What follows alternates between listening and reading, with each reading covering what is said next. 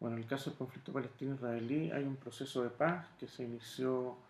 en la década de los 90, 1991, con una conferencia en Madrid que se llamó Conferencia de Madrid para resolver los conflictos del Medio Oriente y posteriormente los llamados Acuerdos de Oslo, que son de 1993, donde palestinos e israelíes sentaron las bases de una suerte de acuerdo y de un proceso que iba a tener de duración aproximadamente 5 años y que en esos 5 años se iban a resolver los problemas de fondo con respecto a un acuerdo definitivo de paz, ¿no? Eh, Eso significa que hay un proceso de paz que está estancado desde hace aproximadamente 4 o 5 años atrás, se terminó, ¿no es cierto?, hace algunos años de tratar de reactivar ese proceso, y hay temas pendientes que nunca han logrado ser resueltos entre las partes. El primero es el tema de fronteras definitivas. La parte palestina pide que Israel se retrotraiga a las fronteras que indican las resoluciones de Naciones Unidas 242 y 338, que son de 1967, y que tiene que ver con que Israel vuelva, entregue, ¿no es cierto?, los llamados territorios palestinos ocupados, que son territorios que son, la Franja de Gaza ya la entregó, pero básicamente la margen occidental del Jordán, donde está asentada la mayor cantidad de población palestina en la zona, y ese proceso de devolución, de acuerdo a la 242-338, no se ha llevado a cabo, sino que por el contrario, Israel en esos territorios ha ido construyendo asentamientos que son ilegales porque no cumplen, ¿no es cierto?, o violan las resoluciones de Naciones Unidas. Y por lo tanto ese es un punto de discordia, obviamente, porque aquí tenemos que ver si el proceso de paz que se pueda reactivar en algún momento va a llevar definitivamente a la creación de dos estados o no va a llevar definitivamente a la creación de dos estados de acuerdo a la resolución de partición de Naciones Unidas, que es de 1947. Es decir, existe el Estado de Israel, pero existen territorios palestinos que son ocupados militarmente por Israel, que no han sido devueltos y por lo tanto no se ha podido crear un Estado palestino en la región, digamos. Entonces, la resolución del conflicto pasa por las condiciones para que se cree un Estado palestino. Entonces, volvemos a los 4 puntos, ¿no es cierto?, en discordia. El tema de fronteras definitivas. Israel, ¿cierto?, tendría que retrotraerse a las fronteras de 1967 de acuerdo al derecho internacional y a las resoluciones de Naciones Unidas. Segundo tema en discordia, al cual acabo de aludir, la construcción de asentamientos de colonos israelíes en los llamados territorios palestinos ocupados. Israel tendría que desmantelar esos asentamientos. Tercer punto de discordia, la situación de Jerusalén Oriental, que Israel la ocupó militarmente en 1967. La parte palestina pide que Jerusalén, en su parte oriental, donde vive la mayor cantidad de población árabe, sea la capital de un Estado palestino. Israel ha declarado a Jerusalén en su totalidad como capital indivisible del Estado de Israel y por lo tanto nunca ha estado dispuesta o ha mostrado una apertura a transar la entrega de la mitad de la ciudad de Jerusalén para la creación de un Estado palestino. Y finalmente un tema que es tremendamente delicado porque tiene que ver con la demografía de la región, es el tema de los refugiados palestinos, ¿no?, que fueron expulsados en el conflicto de 1948-1949, cuando se crea el Estado de Israel. Son aproximadamente 600.000, 700.000 palestinos que fueron y se convirtieron en refugiados en esa época. Hoy en día son aproximadamente entre 2,5 millones y 3 millones.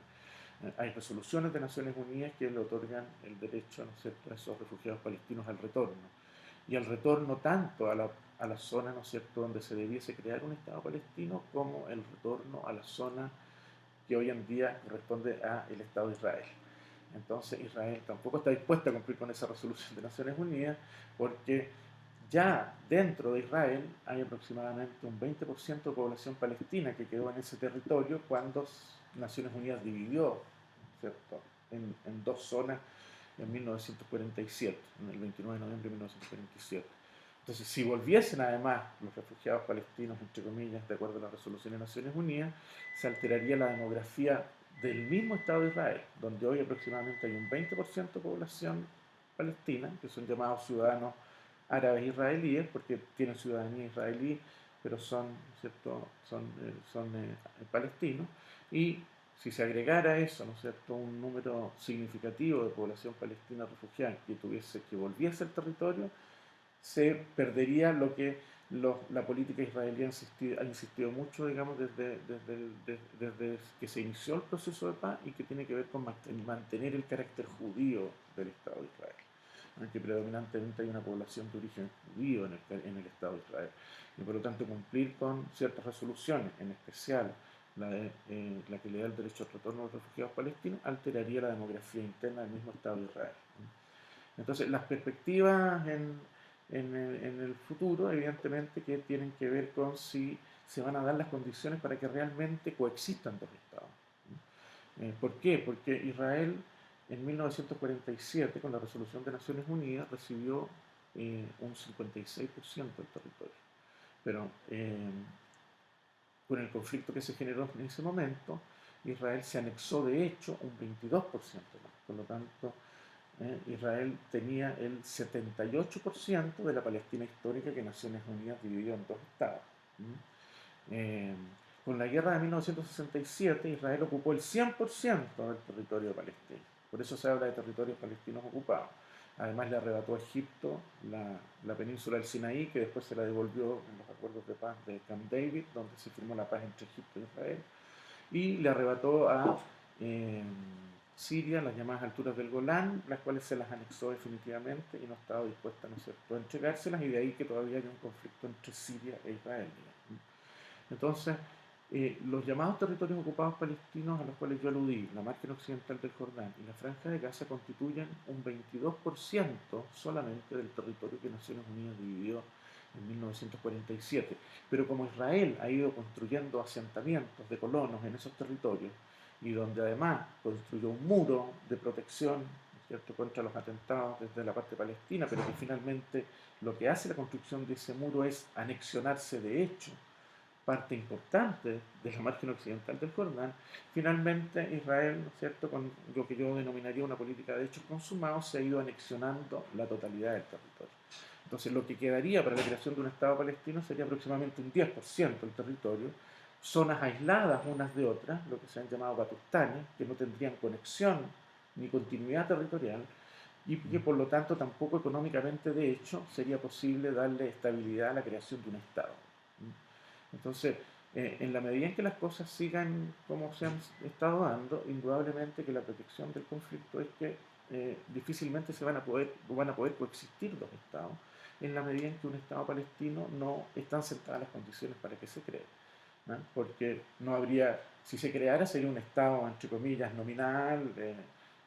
un Estado de papel, pero de hecho no sería un estado que tuviese solvencia económica ni capacidad de sostenerse a sí mismo, que no tendría una política exterior independiente, que estaría fraccionado y dividido por asentamientos israelíes que partirían el territorio. Entonces difícilmente, si no se dan básicamente las cuatro condiciones base, digamos, en que Israel cediera en ciertos aspectos significativos para que pueda coexistir con un Estado palestino, la tesis de la existencia de un Estado, de Estado de Israel y un Estado palestino, yo diría que cada vez se va a ir sepultando más. Y se abrirían a lo mejor las puertas a otro tipo de soluciones que la parte palestina, ¿no es cierto?, gradualmente ha ido aceptando, y que incluso ciertos sectores de la sociedad israelí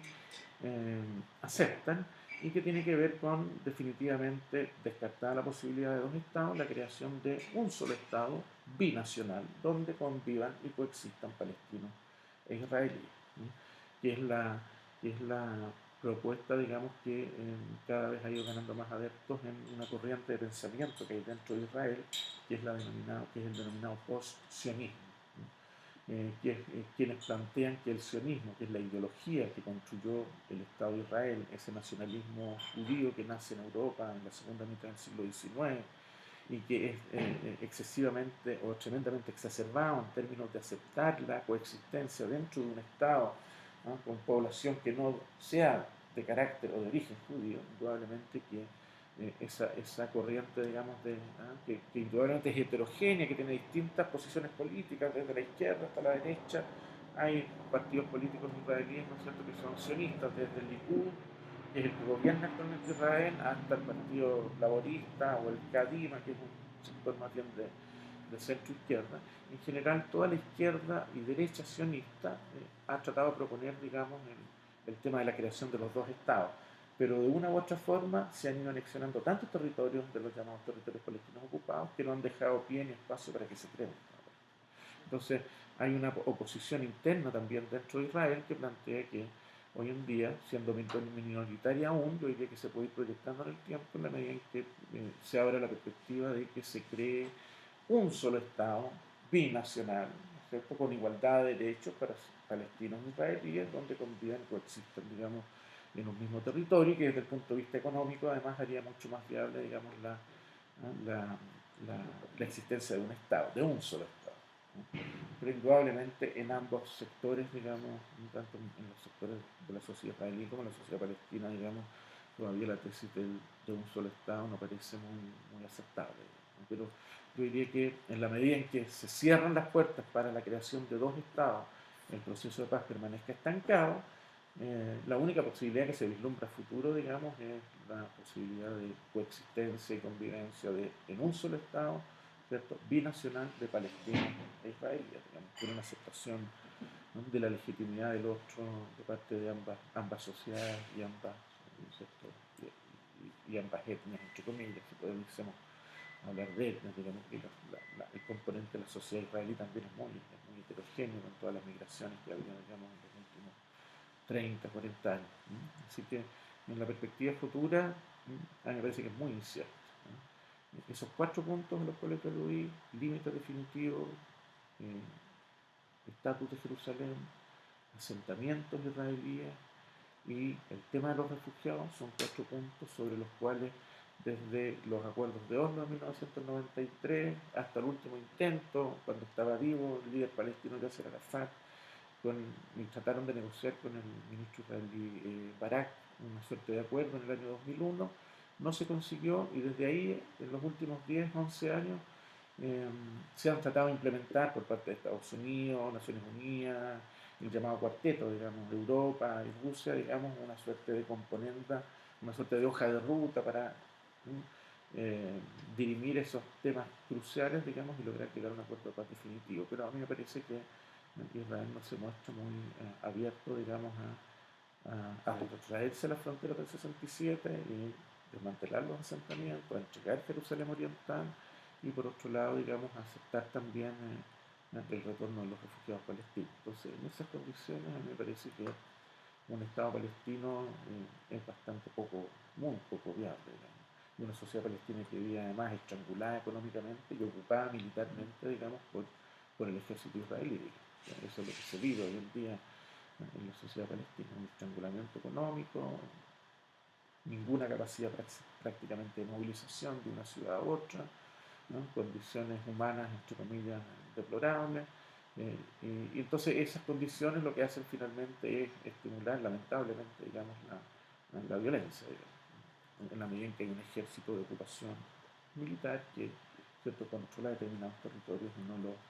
y no cumple con el derecho internacional ni las resoluciones de Naciones Unidas y no lo ha hecho.